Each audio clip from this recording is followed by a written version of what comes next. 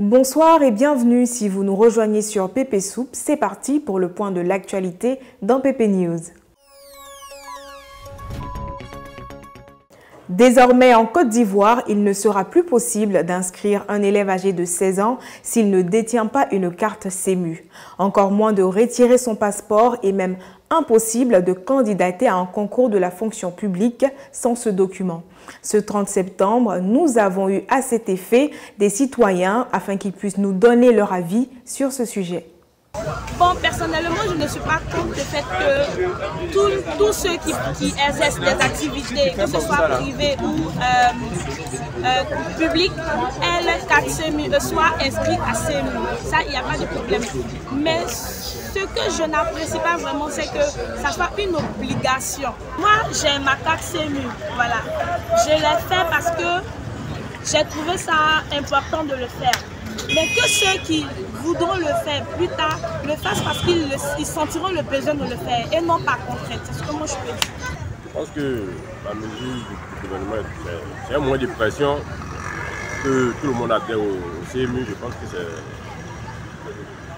c'est bon, mais c'est des façons délibérées. C'est comme si on se trouvait une assurance, donc c'est des façons délibérées. Il ne faudrait pas que le gouvernement fasse de ça une pression sur les populations. Chacun est libre d'adhérer à l'assurance qu'il veut. C'est un peu ça. Pour moi, c'est un moyen de pression sur la population pour que tout le monde adhère. Bon. L'idée aussi, c'est pas mal, mais bon. Bon, je pense que c'est pas trop intéressant parce que est-ce que quelqu'un qui est dans un campement, qui est au village, s'il n'a pas cette information, ou bien ça jusqu'au village campement, est-ce que ça va arriver là-bas? S'il n'a pas l'information, qui vient faire un document, est-ce que ça pourra marcher? Moi, à mon avis, c'est pas bon. C'est pas bon. Soit il fait, mais faut pas qu'il dise que sans ça, on ne peut pas avoir le permis ou le passeport ou d'autres choses. C'est pas bon.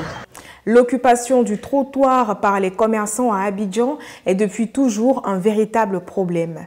Ces derniers justifient leur action par l'insuffisance d'espaces dédiés au commerce ou le coût élevé des places dans les marchés. Cocody n'échappe pas à ce phénomène. À la Riviera, nous retrouvons non loin du carrefour 9 kg, Goguier Edwige, vendeuse en bordure de route. Nombreuses sont ces femmes battantes qui exercent une activité commerciale en bordure de route. Nous sommes aujourd'hui à la Riviera 9 kg en compagnie d'une d'entre elles. Je suis Dame Edwige Tina Gokui et je vends ici depuis 2011. Disons, nous étions de l'autre côté de la voie là, devant un cadre de co. Et c'est depuis 2016 nous sommes arrivés ici. Et ici vraiment, le marché n'est plus comme avant pour commencer. De deux, nous avons beaucoup de difficultés. La mairie nous traumatise à tout moment. Et Dieu merci pour finir, on a pu trouver un terrain d'entente.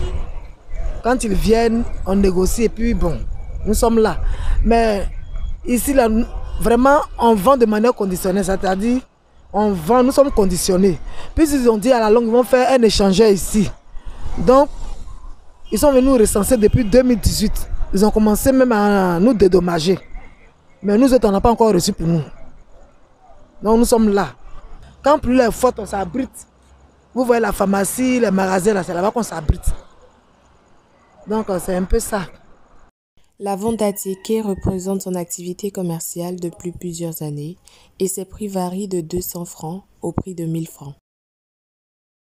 Centre d'attraction gastronomique et culturelle au début des années 2000, la locodrome de Yopougon n'est plus ce qu'il était.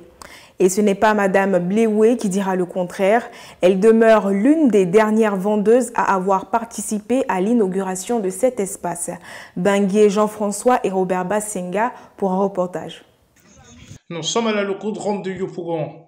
Autrefois plein de monde, il est aujourd'hui désertique.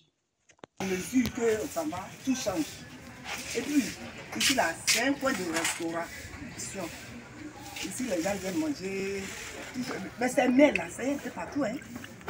Même tu peux sortir de la locodrome, tu peux trouver ça à côté, des peu partout. Donc, La personne qui veut rentrer ici pour manger, tu vas rentrer. Ici, là, c'est un coin. Le seul coin de l'algodome qui est grand. Si on peut faire tout. Madame Bléoué, gérante à cet espace, pense qu'une solution peut être trouvée. Je dis, ah, vraiment, l'espace est beau, c'est bien. Et puis, entre eux, là, ils peuvent trouver solution. Ils vont dire, bon, peut-être qu'on va vous aider, vous allez faire quelque chose pour que ça puisse marcher, pour relever ça. Il n'y a pas de problème. Si on nous-mêmes, on a besoin de ça. Moi, c'est Maman Bléoué. Maman Bléoué. J'ai dit, Maman Bléoué a inauguré la locodrome. C'est la locodrome a inauguré devant Maman Bléoué. Je suis là. Presque tout le monde est parti. Je suis là, la seule qui est restée. Elle garde espoir sur la possible révalorisation de la locodrome de Yopougon. Ce reportage marque un point final à cette édition d'information. Je suis ravie d'avoir partagé une semaine d'actualité en votre compagnie, chers internautes. Passez un excellent week-end. À très bientôt.